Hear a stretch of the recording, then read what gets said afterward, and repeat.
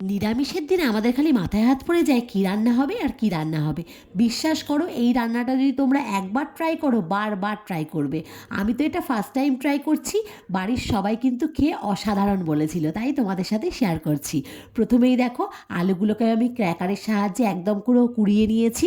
এরপরে দেখো পালং শাক নিয়েছি, তারপরে দেখো নুন হলুদ কাশ্মীরি লঙ্কার গুঁড়ো নিয়ে আর একটুখানি ময়দার গুঁড়ো দিয়ে ভালো করে আমি মাখিয়ে নিচ্ছি। নিয়ে আমি একদম কিন্তু আমি জল দেব না, কারণ শাকের থেকে যে জলটা বেরোয় তাতেই কিন্তু পুরোটা মাখা হয়ে যাবে। তোমাদের যদি একটু পাতলা লাগে আর একটুখানি বেসনও দিতে পারো। তো তারপরে দেখো আমি কড়াইতে সর্ষের তেলটা আমার গরম হয়ে গেছে। এরপরে আমি এটা বড়ার শেপ দিয়ে আমি পরপর এগুলোকে কিন্তু ভেজে নিচ্ছি।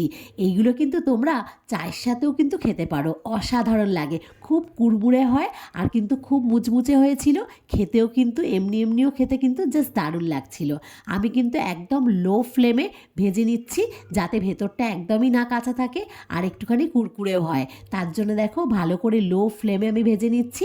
দু পিঠটা ভালো মতো ভাজা হয়ে গেলে তারপরে একটুখানি ফ্লেমটা হাই করে আমি একটুখানি লাল লাল করে ভেজে নেব। দেখো আমার সমস্ত বড়া ভাজা হয়ে গেছে। এরপরে আমি তুলে রেখে দিচ্ছি। তারপরে আমি একটাখানি মিক্সিতে একটা পেস্ট করব। তার জন্য দেখো কি কি নেব, একটুখানি পালং শাক ছিল, সেই পালং শাকটাও দিয়ে দিলাম।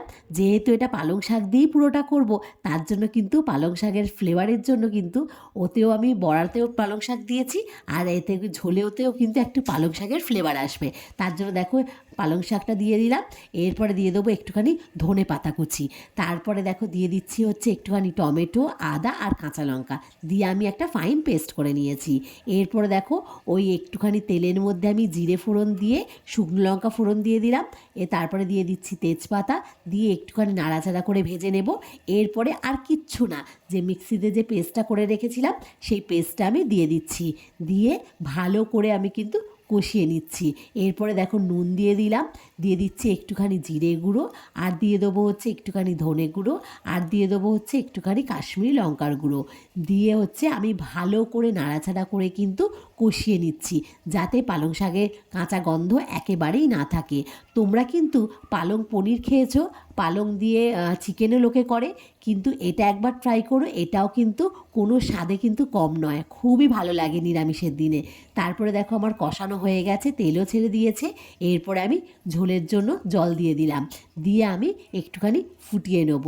তারপরে দেখো এই পালং শাকের তরকারিতে একটুখানি মিষ্টি মিষ্টি হলে কিন্তু বেশ ভালো লাগে, তার জন্য অল্প আমি একটুখানি চিনিও অ্যাড করব। দিয়ে আমি ভালো করে আমি ঝোলটা কিন্তু ফুটিয়ে নিচ্ছি। যেহেতু এটা বড়ার তরকারি, তার জন্য ঝোলটা একটু বেশিই দেবে, কারণ পরে কিন্তু একদম ঝোলটা কিন্তু টেনে নেবে। তোমরা দেখতেই পাচ্ছ ঝোলটা ফুটে গেছে। এরপরে ভেজে রাখা যে বড়াগুলো করে রেখেছিলাম সেটা কিন্তু আমি একে একে দিয়ে দিচ্ছি।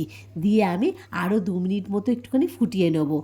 তোমরা কিন্তু বড়ার তরকারিতে কিন্তু ঝোলটা একটু বেশিই দিও, কারণ কিন্তু পুরোটাই কিন্তু ঝোলটা দেখতে পাচ্ছ এতটা ঝোল পুরোটাই কিন্তু টেনে নেবে। দেখতে পাচ্ছ আমার ঝোলটা বেশ ফুটেও গেছে। এরপরে আমি একটু গরম মশলা দিয়ে দেবো আর একটুখানি ঘি দিয়ে নামিয়ে নেবো। অসাধারণ স্বাদের কিন্তু গরম ভাত রুটির সাথে তোমরা ট্রাই করতে পারো।